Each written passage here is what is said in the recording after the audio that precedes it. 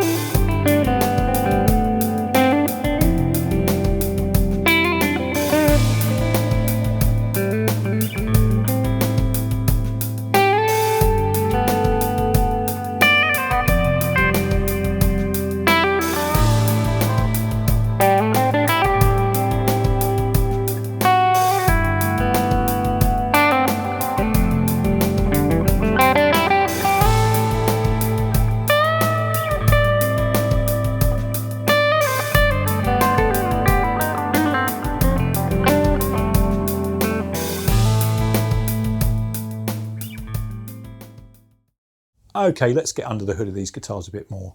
So this one is the G2622T-P90, and smaller size guitar I have here is the G2655T-P90. So this is very much what you might call a junior body shape, a little bit like the same way a 339 is like a smaller 335. These guitars have a similar relationship to each other. This is the full size one, and this is the one if you like a more compact, almost solid body sized body. Laminate mahogany top, back and sides. Spruce centre block, though it is a chambered centre block. It's a little bit more like two rails running down the centre of the guitar. So that gives you the best of both worlds. It provides some resistance to feedback, so that a fully hollow guitar wouldn't have, but the chambered aspect of it keeps the guitar relatively light. Onto the Fidelisonic 90 pickups here. Rectangular poles, they're not magnetic. They conduct the magnetic field from two magnets below, which is very much like a standard P90, but the poles being different here arguably lends a slightly different sonic character to them. They certainly look very cool. These pickup surrounds, they're calling a bezel. It doesn't really do anything, it's just for the looks, but the looks are pretty good. So that's fine. Control-wise, you've got the usual Gretsch thing of being slightly more complex than some makes. Master volume there, individual volume controls for each pickup, and then a master tone control as well. Bigsby at the back here for those evocative wobbles. 12-inch radius neck, so you know, similar to a Gibson in terms of the feeling of flatness that it will give. Certainly most guitar players won't have a problem with it. Gretsch are calling this a U-shaped profile. To me it feels more like just a normal modern C. Certainly nothing weird to get your head around there, or your hand around I should say. Laurel fingerboard, though, you know, quite a nice dark one here. So it's not rosewood, it is laurel, which is being used as a replacement more and more often for rosewood after the restrictions, the CITES restrictions that came in. And a 24.75-inch scale length. So again, that's a little bit like what the scale length that Gibsons are normally quoted as having. So this is a Gretsch with a little bit of kind of Gibson junior-y vibe to it. So we've heard some of the sounds in the track, we've heard some of the guitar on its own. What we're going to do now is hear some driven sounds in isolation, so you're going to hear how that sounds. Mostly we've used fairly clean tones up to now. Before we get into that, I'll give you a quick bit of information on our signal chain today. As mentioned earlier, we were using a Boss RC10R looper pedal, which has got an integral drum machine built in, so it can give you a little bit of musical context. Using a Free the Tone string singer overdrive, which is meant to be a sort of Dumble style overdrive. And we've got a Free the Tone ambi space reverb, and that's providing some of just the ambience you'll hear. We're going into a new Ashdown guitar head here, which is the AGM 484H. It's an EL84 based amp, so there's 4 of them in there, gives that 30 watts.